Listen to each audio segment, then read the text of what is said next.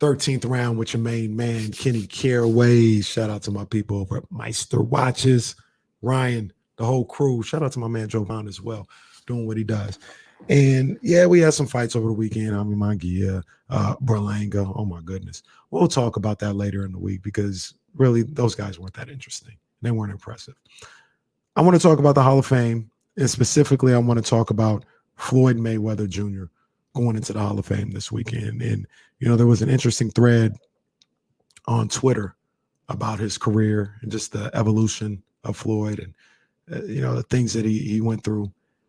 And I was sitting here like, man, this guy, you can make the argument he's the GOAT.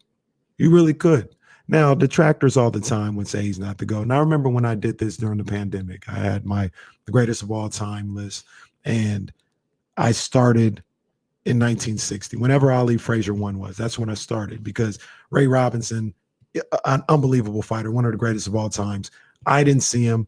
I got questions about his competition and all this other stuff. And, people talk about he's 274 and 33. Well, if that's the case, then nobody's ever going to be good enough because nobody's fighting 350 times or whatever the case may be.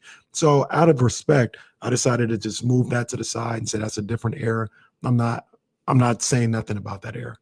I started at 60 and I had Sugar Ray Leonard at 1. I had Floyd Mayweather Jr. at 2 and I had Ali at 3. And when you look at what Floyd was able to do in his career, the business of boxing, but not only that, what he achieved in the boxing ring and how he dominated for 20 years, the way he dominated, how good he was. And now you see it's turned into a Hall of Fame career. I think I'm still with that. I got Floyd Mayweather number 2 behind Sugar Ray Leonard as the GOAT, at least in the modern era, and ahead of Muhammad Ali. Some people think it's blasphemous, but hey, man, I'm going with Floyd. Y'all let me know what you think, man. That's the 13th round.